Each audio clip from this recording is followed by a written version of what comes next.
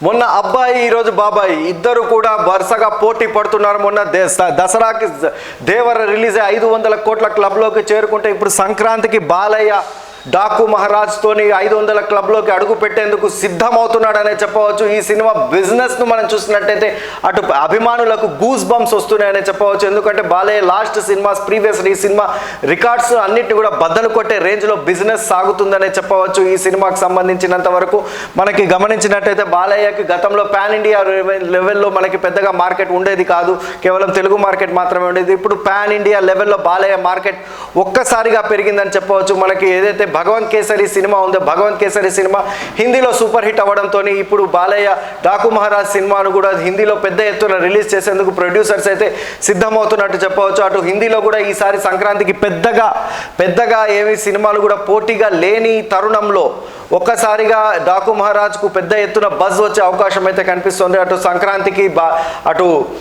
సంక్రాంతికి నార్త్ ఇండియాలో కూడా వరుసగా మనకి సెలవులు ఉండే అవకాశం ఉంటుంది. వరుసగా సండే సాటర్డే వంటి వీక్స్లో సెలవులు ఉండే అవకాశం. ఆ టైంలో బాలయ్యకు పెద్ద ఎత్తున పెద్దగా సినిమాలు కూడా పోటీగా లేని తరుణంలో పెద్ద ఎత్తున కలెక్షన్స్ వచ్చే అవకాశం అయితే ఉందని మనం ఇక్కడ గమనించవచ్చు. ఇక జూనియర్ ఎన్టీఆర్ బాలయ్య ఇద్దరు కలిసి ఈ లుక్ ఏదైతే ఉందో ఇప్పుడు ప్రస్తుతం సోషల్ మీడియా పెద్ద వైరల్ అవుతుందని చెప్పవచ్చు. ఎందుకంటే బాబాయ్ అబ్బాయి దాదాపు ఒకే ఫోటో యాంగిల్లో ఇద్దరు కనిపిస్తున్నట్టు మనం చూడవచ్చు.